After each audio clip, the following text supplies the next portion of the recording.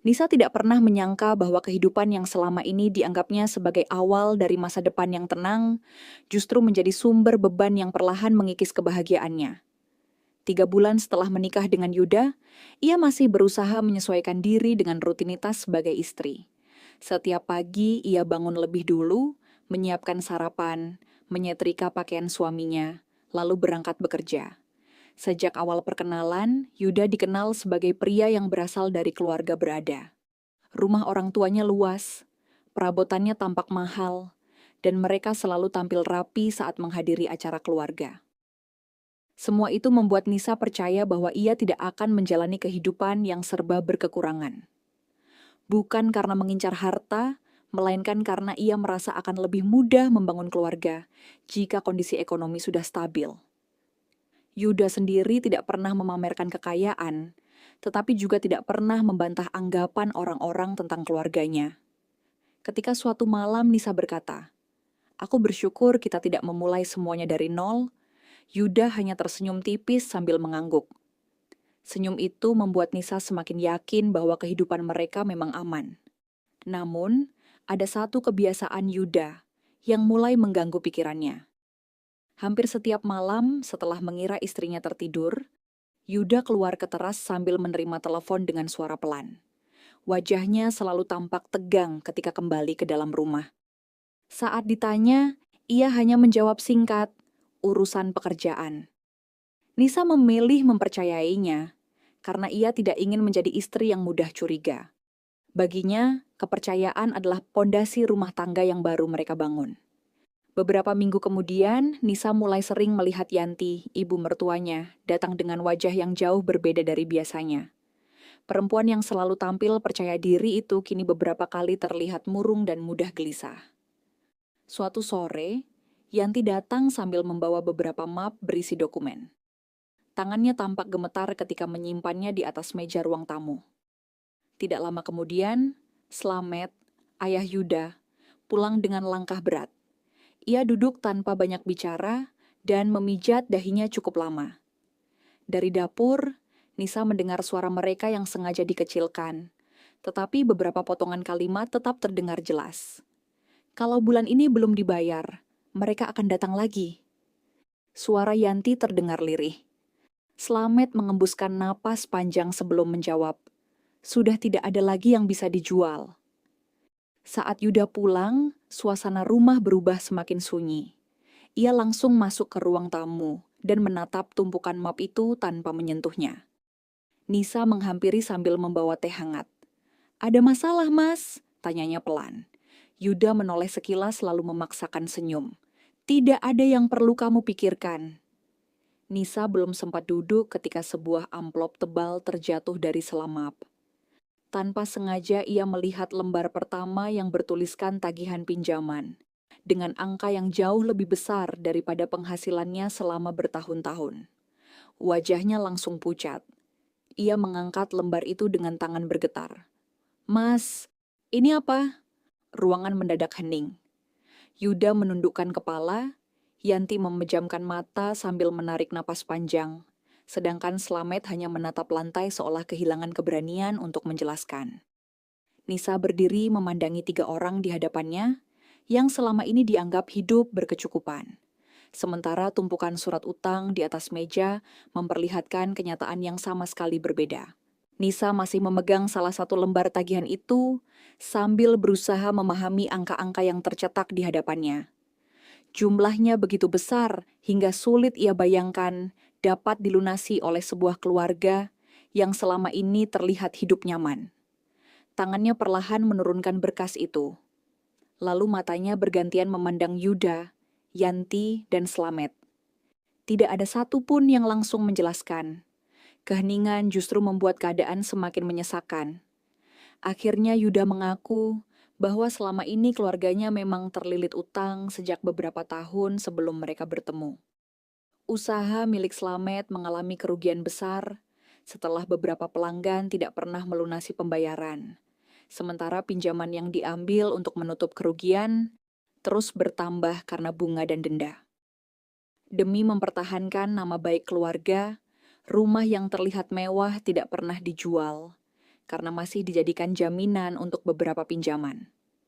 Mobil yang selama ini dipakai juga bukan benar-benar milik mereka, melainkan masih dalam cicilan yang beberapa bulan terakhir mulai menunggak. Semua barang yang selama ini membuat orang mengira mereka kaya ternyata hanyalah sisa dari kehidupan lama yang perlahan runtuh. Nisa mendengarkan pengakuan itu tanpa menyela. Dadanya terasa sesak karena selama ini ia tidak pernah diberi kesempatan mengetahui kenyataan tersebut sebelum memutuskan menikah. Ia tidak marah karena keluarganya memiliki utang, melainkan karena seluruh kenyataan itu disembunyikan darinya. Dengan suara yang mulai bergetar, ia akhirnya bertanya, "Mengapa semua ini baru diketahui sekarang?" Yuda menundukkan kepala dan mengakui bahwa ia takut kehilangan Nisa, jika sejak awal mengatakan keadaan sebenarnya. Ia mengira setelah menikah, nanti semua masalah dapat diselesaikan sedikit demi sedikit tanpa harus melibatkan istrinya. Namun kenyataannya justru sebaliknya. Beban utang semakin besar, sementara pemasukan keluarga terus menurun. Nisa memilih masuk ke kamar lebih dulu untuk menenangkan pikirannya. Ia duduk di tepi tempat tidur sambil mengingat kembali setiap momen sebelum pernikahan mereka. Kini ia mulai menyadari banyak hal yang dulu dianggap biasa. Setiap kali pembicaraan tentang kondisi keuangan keluarga muncul, Yuda selalu mengalihkan topik. Saat keluarga Nisa menawarkan bantuan untuk biaya pernikahan, Yanti menolaknya dengan alasan semua sudah dipersiapkan. Padahal belakangan Nisa mengetahui sebagian besar biaya pesta berasal dari pinjaman baru, yang justru menambah utang keluarga. Penyesalan mulai memenuhi pikirannya, bukan karena telah menikah dengan Yuda, melainkan karena pernikahan mereka dibangun di atas kebohongan. Malam itu Yuda masuk ke kamar dengan langkah pelan. Wajahnya terlihat jauh lebih lelah dibanding biasanya. Ia duduk di lantai dekat tempat tidur, sambil memegang kedua tangannya sendiri. Dengan suara lirih, ia mengakui bahwa setiap malam selama ini ia menerima telepon dari para penagih utang yang terus mendesak pembayaran. Ia juga mengaku sebagian gajinya habis untuk menutup cicilan sehingga sering berpura-pura lembur, agar Nisa tidak mengetahui kemana uangnya pergi. Nisa menatap suaminya cukup lama. Air matanya akhirnya jatuh tanpa bisa ditahan. Ia mengatakan bahwa dirinya tidak pernah berharap hidup bergelimang harta, tetapi ia berhak mengetahui kenyataan sebelum mengikat janji seumur hidup. Pengakuan itu membuat Yuda semakin diliputi rasa bersalah. Untuk pertama kalinya sejak mereka menikah, keduanya menangis dalam ruangan yang sama, karena menyadari bahwa kepercayaan yang menjadi dasar rumah tangga mereka telah retak bukan oleh kemiskinan, melainkan oleh rahasia yang sengaja dipelihara terlalu lama. Sejak malam itu, kehidupan Nisa berubah tanpa pernah benar-benar ia sadari. Ia tetap bangun sebelum matahari terbit, menyiapkan sarapan, mencuci pakaian, lalu berangkat bekerja seperti biasa. Dari luar, tidak ada yang tampak berbeda. Namun setiap kali menerima pesan dari bank atau melihat telepon Yuda berdering, dadanya langsung dipenuhi kecemasan. Yuda mulai bersikap lebih terbuka. Ia memperlihatkan semua tagihan, daftar pinjaman, hingga cicilan yang harus dibayar setiap bulan. Jumlahnya jauh lebih besar daripada yang dibayangkan Nisa. Setelah gaji Yuda dipotong berbagai kewajiban, uang yang tersisa bahkan tidak cukup untuk memenuhi kebutuhan rumah tangga selama sebulan. Mereka mulai menghitung ulang seluruh pengeluaran. Langganan internet yang mahal diganti dengan paket yang lebih murah. Makan di luar dihentikan sama sekali. Nisa membawa bekal dari rumah setiap hari. Beberapa peralatan elektronik yang jarang digunakan dijual untuk menambah biaya hidup. Semua dilakukan tanpa keluhan, karena Nisa masih berharap keadaan bisa membaik jika mereka sama-sama berusaha. Namun harapan itu mulai goyah ketika satu demi satu surat penagihan terus berdatangan. Hampir setiap minggu ada kewajiban baru yang ternyata belum pernah diceritakan Yuda sebelumnya. Nisa kembali merasa ada bagian dari kenyataan yang masih disembunyikan. Ia tidak lagi marah seperti sebelumnya, tetapi rasa percaya yang sudah terluka membuat setiap informasi baru terasa seperti pengingat bahwa ia belum benar-benar mengenal keluarga yang kini menjadi tanggung jawabnya. Di tempat kerja, Perubahan sikap Nisa mulai diperhatikan oleh Randy, rekan kerjanya yang sudah lama mengenalnya sebagai pribadi ceria dan teliti.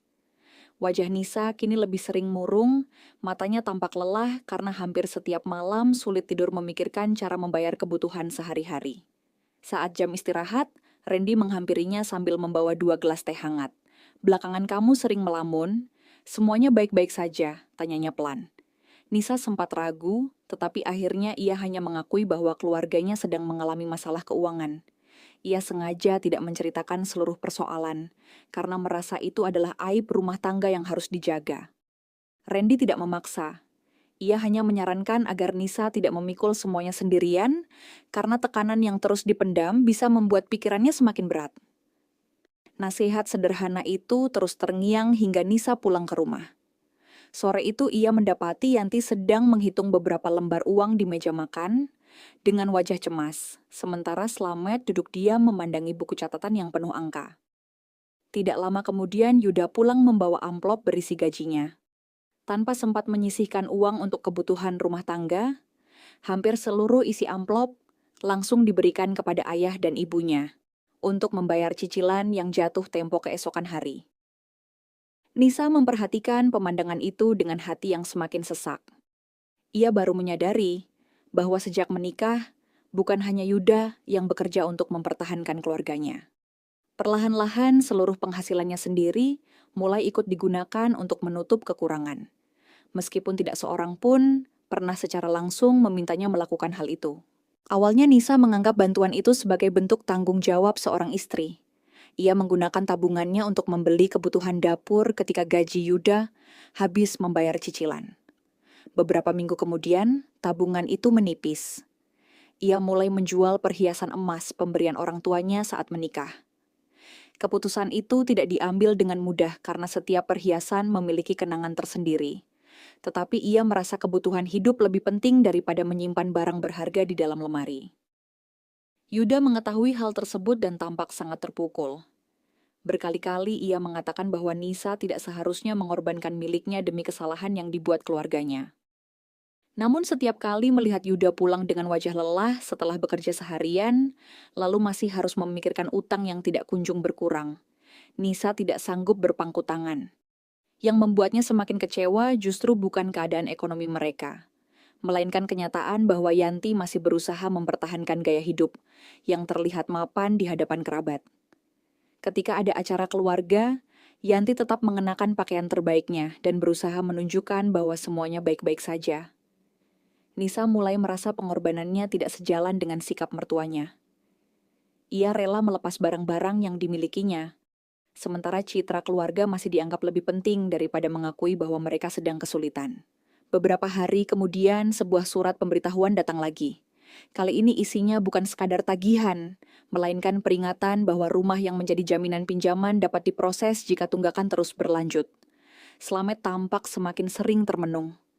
Pria yang selama ini berusaha terlihat tegar, mulai kehilangan semangat. Ia mengakui di hadapan Nisa dan Yuda bahwa sebagian utang sebenarnya bukan lagi untuk modal usaha, melainkan digunakan bertahun-tahun lalu untuk menutup pinjaman yang lebih lama. Kesalahan itu terus berulang hingga jumlahnya membesar, tanpa bisa dikendalikan. Pengakuan tersebut membuat suasana rumah menjadi sangat sunyi. Malam harinya, setelah Yanti masuk ke kamar, Nisa akhirnya mengungkapkan isi hatinya kepada Yuda. Dengan mata yang berkaca-kaca, ia berkata bahwa dirinya tidak menyesal menikah dengan laki-laki yang sedang kesulitan, tetapi sangat terluka karena harus menghadapi akibat dari keputusan-keputusan yang tidak pernah diketahuinya. Ia juga mengaku mulai merasa kehilangan rasa aman setiap kali menerima gaji, karena uang itu seolah sudah habis, bahkan sebelum sempat digunakan untuk kebutuhan mereka sendiri. Yuda tidak membela diri. Ia hanya meminta maaf berulang kali sambil mengakui bahwa ia telah menyeret Nisa ke dalam beban yang seharusnya menjadi tanggung jawabnya sejak awal. Malam itu mereka menghitung kembali seluruh pemasukan dan pengeluaran dengan selembar buku tulis. Setelah semua angka dijumlahkan, mereka sama-sama menyadari bahwa meskipun hidup sehemat mungkin, penghasilan mereka tetap tidak cukup untuk membayar utang, sekaligus mempertahankan kebutuhan sehari-hari keluarga.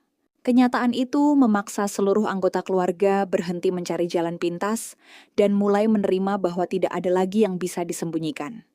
Keesokan harinya, Yuda mengajak ayah dan ibunya duduk bersama di ruang makan.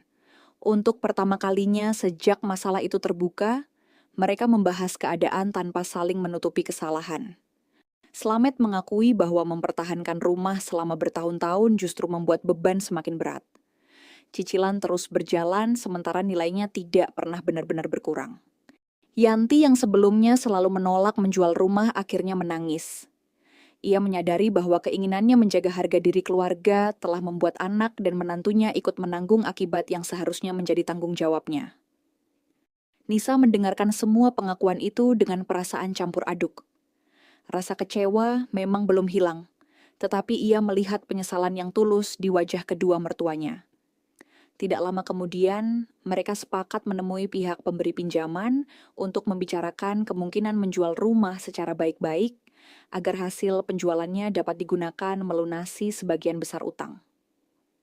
Prosesnya tidak mudah. Rumah yang selama ini menjadi simbol kehidupan mapan ternyata lebih banyak menyimpan kecemasan daripada kebahagiaan. Saat mulai membereskan barang-barang, Nisa menemukan banyak perabot yang ternyata dibeli secara mencicil dan belum lunas. Ia semakin memahami bahwa kemewahan yang dulu membuatnya yakin menikahi pria berkecukupan hanyalah lapisan luar yang selama ini menutupi kesulitan panjang sebuah keluarga. Di tempat kerja, Randy kembali melihat perubahan pada diri Nisa. Kali ini bukan lagi wajah yang dipenuhi kepanikan, melainkan kelelahan yang bercampur ketabahan. Saat jam istirahat, ia bertanya apakah keadaan di rumah mulai membaik. Nisa menggeleng pelan. Belum selesai, tapi setidaknya sekarang semuanya sudah jujur, ucapnya dengan nada yang lebih tenang daripada sebelumnya. Randy menghargai keputusan Nisa untuk tetap bertahan mendampingi suaminya. Ia hanya mengingatkan agar Nisa juga menjaga kesehatannya, karena beberapa minggu terakhir, berat badannya turun dan wajahnya terlihat pucat. Nasihat itu membuat Nisa mulai menyadari bahwa selama ini ia terlalu sibuk menyelamatkan keadaan hingga lupa merawat dirinya sendiri. Sepulang kerja, ia mendapati Yuda sedang membersihkan halaman rumah bersama Slamet. Tidak ada lagi kesan rumah megah yang harus dijaga. Beberapa calon pembeli mulai datang melihat kondisi bangunan. Yanti yang biasanya sangat memperhatikan, setiap sudut rumah kini hanya duduk diam memandangi ruang tamu yang perlahan dikosongkan. Wajahnya dipenuhi penyesalan, karena benda-benda yang dahulu dibanggakan kini satu persatu diangkat keluar. Nisa menghampiri ibu mertuanya dan duduk di sampingnya. Untuk pertama kalinya sejak menikah, Yanti menggenggam tangan Nisa, sambil meminta maaf karena telah membiarkan pernikahan putranya dimulai dengan kebohongan. Permintaan maaf itu tidak menghapus luka yang sudah terlanjur ada, tetapi cukup membuat Nisa merasa bahwa perjuangan yang dijalaninya selama ini akhirnya diiringi dengan kejujuran dan tanggung jawab dari seluruh keluarga. Beberapa minggu setelah rumah itu resmi terjual, hasil penjualannya langsung digunakan untuk melunasi utang-utang yang selama bertahun-tahun menghantui keluarga Yuda. Jumlah uang yang diterima memang tidak cukup untuk menutup seluruh kewajiban, tetapi beban terbesar akhirnya berhasil diselesaikan. Sisanya diatur kembali melalui kesepakatan pembayaran yang lebih ringan, sehingga mereka masih memiliki kesempatan menjalani hidup tanpa terus-menerus dikejar ketakutan. Setelah menyerahkan kunci rumah kepada pemilik baru, Yuda, Nisa, Yanti, dan Slamet pindah ke sebuah rumah kontrakan sederhana. Tempat itu jauh lebih kecil, perabotnya hanya seperlunya, dan tidak ada lagi ruang tamu luas ataupun halaman yang selama ini menjadi kebanggaan keluarga. Anehnya, malam pertama di rumah baru justru terasa lebih tenang. Tidak ada telepon yang sengaja disembunyikan, tidak ada dokumen utang yang diselipkan diam-diam ke dalam lemari, dan tidak ada lagi kepura-puraan untuk terlihat lebih mampu daripada kenyataan. Slamet mulai bekerja serabutan sesuai kemampuannya. Yanti menerima pesanan makanan dari tetangga untuk menambah penghasilan. Yuda mengambil pekerjaan tambahan pada akhir pekan, sedangkan Nisa tetap bekerja sambil mengatur keuangan rumah dengan lebih disiplin. Hidup mereka memang jauh dari kata nyaman. Tetapi setiap rupiah yang diperoleh dan dikeluarkan kini diketahui bersama. Untuk pertama kalinya sejak menikah, Nisa merasa dirinya benar-benar menjadi bagian dari keluarga, bukan sekadar orang yang baru mengetahui kenyataan setelah semuanya terlambat. Hubungan Nisa dan Yuda juga berubah perlahan. Luka akibat kebohongan tidak hilang begitu saja, tetapi keduanya memilih memperbaiki kepercayaan melalui tindakan sehari-hari, bukan sekadar permintaan maaf. Yuda tidak lagi menyembunyikan penghasilannya ataupun tagihan yang masih harus dibayar. Setiap awal bulan, mereka duduk bersama menghitung kebutuhan rumah tangga, menyusun anggaran, dan menentukan mana yang harus didahulukan. Jika ada masalah, mereka membicarakannya sebelum keadaan menjadi lebih rumit. Randy sesekali masih menanyakan kabar Nisa di tempat kerja dan merasa lega melihat senyum yang mulai kembali muncul di wajahnya. Ia mengetahui bahwa masalah keluarga itu belum sepenuhnya selesai, tetapi setidaknya Nisa tidak lagi memikul semuanya sendirian. Yanti pun berubah. Ia berhenti mengejar pengakuan orang lain dan lebih memilih hidup sederhana tanpa berpura-pura. Slamet tidak lagi menutupi kesalahan masa lalunya. Bahkan beberapa kali mengakui kepada keluarganya bahwa harga diri yang dibangun di atas kebohongan hanya akan memperpanjang penderitaan. Nisa sering mengingat kembali hari ketika ia percaya telah menikahi pria kaya, lalu kenyataan memaksanya ikut menanggung utang rahasia keluarga suaminya. Pengalaman itu mengubah cara pandangnya tentang pernikahan. Ia menyadari bahwa kemapanan bukanlah rumah besar, kendaraan bagus, atau penampilan yang meyakinkan, melainkan keberanian suami dan istri untuk saling jujur menghadapi kenyataan, seberat apapun keadaan yang sedang mereka jalani. Dengan kejujuran itulah keluarga mereka akhirnya menemukan kembali harapan untuk membangun kehidupan yang sederhana, tetapi jauh lebih tenang daripada sebelumnya.